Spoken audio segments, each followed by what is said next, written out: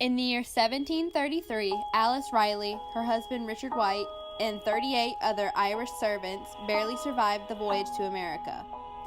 Once they were in Georgia, Alice and Richard were made to work for William Wise, who owned a cattle farm on Hutchinson Island across the river from Savannah.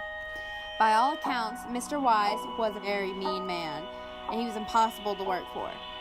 Every day, he would order a couple of his servants to actually bathe and groom him.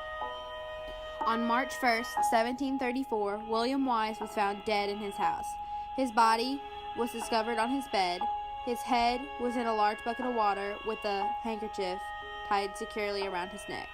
It was evident that he had been drowned, thus making him the first murder victim in Savannah. It was also discovered that Alice Riley and Richard Wright were missing from the farm. In the spring of 1734, Richard and Alice had killed him, and so they were both sentenced to death for his murder. Richard Wright was the first Savannaian to be hanged, but just before the time came to hang Alice, it was discovered she was pregnant with Mr. Wise's baby. She had been raped several times by the vile Mr. Wise, and so the magistrate decided to wait until she gave birth.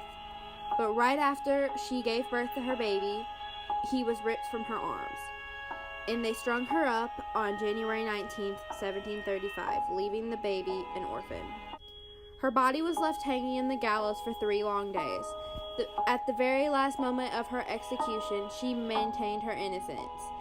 But 2 weeks later, her baby, who she named James, passed away, and they were both buried in a plot just off Wright Square. After her death, there were multiple claims to ghost accounts in Wright Square of her always asking people, "Where's my baby? Can you help me find my baby?" And most people, even though she was wearing older looking clothes, people didn't question it because of the ghost tours that go on in Savannah. While I was in Savannah, I even went on a tour with someone who dressed as old-fashioned as she was. And so they didn't really think about it. The ghost of Alice Riley wasn't the only ghost story in Wright Square. There was also the ghost of Chief Tomochichi, who was chief of an Indian tribe called the Yamacraw Creek Indians. They settled in Savannah in the 1700s, and we're going to stay there for 100 years to come. Burials were very sacred to them, and they believed that their graves should be taken care of.